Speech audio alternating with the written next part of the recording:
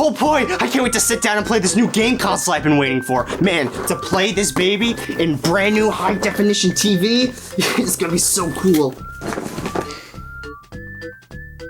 Computer, did you ever get those AV inputs? Nope. Fuck. If you're young and you haven't seen what these are, what's that like? I thought my generation was the last one. These are known as composite cables, and they are one of the worst ways to play retro game consoles because A, they look awful on composite, and B, you can't hook them up to a modern TV. Most modern televisions have something that's called HDMI, and to properly hook something like this up to that, you need a converter. But you see, there's a problem with this, and that converters suck! I talked about it before in my Retro Gaming is a Nightmare video, but to simply recap it, an AV converter can stem from a lot of price points. Cheap to why would I pay that? No! The one that used to hold the crown to the best upscaling converter was the Framemeister. This did more than just convert your game, it also upscaled it, meaning instead of getting a tiny little resolution, you would get the same definition as your high and mighty TV. You hear that, little guy? You might not be outdated after all! I mean, with a device like this, it's surely to cost— oh no. Never mind.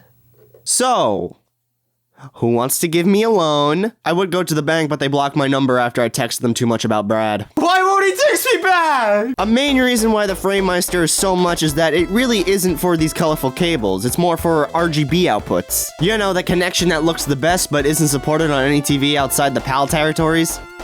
It's just like my ex-wife. Arguably, while RGB makes the pixels look sexy, I don't know, I kind of like the shitty look of composite when it comes to these games. It just feels right for these kind of games to look like this, rather than looking like this. That's why when I went looking for a converter, I hit up my old buddy, Radio Shack. I found this puppy in the stores, and it was a good 40 bucks. I wonder how they're doing now. They've probably been thriving since I last went there.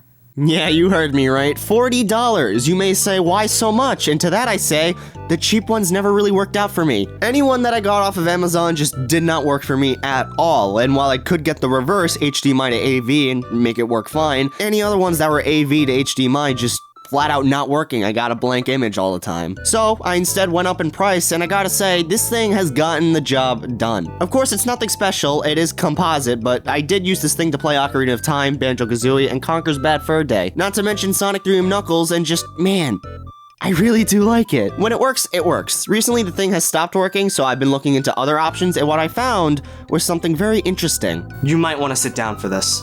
Meaning, if you're lying in bed, get out, get a chair, and sit in it like you mean it. It's HDMI on one end, and the other end connects to the Wii. So, Hyperkin, our friend who tries.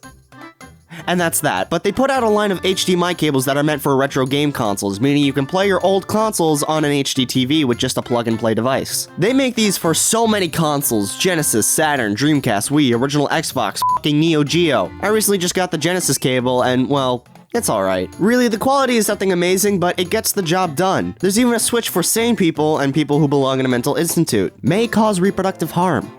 Oh shit, maybe I shouldn't have worn it as a belt then. I mean, these are pretty neat for 30 bucks per cable, so if you're a cable collector, then this must be a crazy ride for you. But why doesn't everybody grab these if they're so cheap? It's like I said before, the quality isn't the greatest. The Wii and Xbox cable look fine, but the 3-in-1 for SNES, N64, and GameCube look kinda rough. A lot of people look for the way to get the best image out of their system, and this is just not it. Composite just doesn't look good, and these converters can only do so much. It sucks though because upscaling can get expensive, with newer upscalers costing around $80. Besides, when it comes to recording gameplay, the upscalers tend to be a better choice, as some capture cards nowadays have a hard time reading standard definition inputs. But it's like I said, it gets expensive. AV converters are not gonna die anytime soon though. For the average Joe that just wants to play their old Nintendo on the TV, this is a no-brainer for them. But they don't realize that these things tend to cause the image to shake and can even cause input delay. But even then, they might not care about that. The small market that does, however, well, they have to deal with whether or not they want to spend so much money to play these games on hardware they were made for. I mean, a lot of people build emulation machines just for that reason. It looks good, but at the end of the day, nothing beats putting a cartridge in your own console and playing with the controller it was made for, and hearing the click of the console that gave generations before you so much joy. I mean, that's why I like to play these older consoles, and it's why I like the image to be a little shitty too. I mean, these consoles weren't made to be on HD TV, so why make them look like they were meant to? But hey, some people like that, and who am I to judge? I'm not a bank that won't respond back because I suck. Oh, they responded back about Brad!